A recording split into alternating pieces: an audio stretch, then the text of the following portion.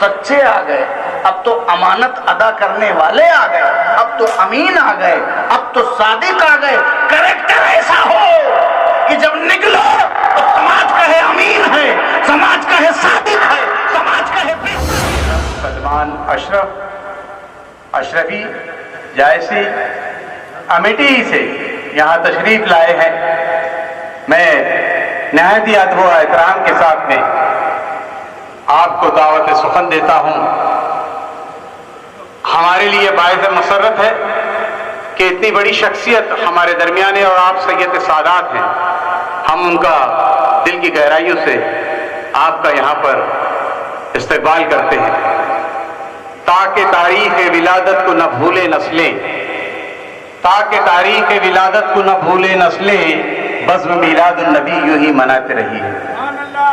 نعرہ تکبیر، نعرہ رسالت، علماء اہل سنت۔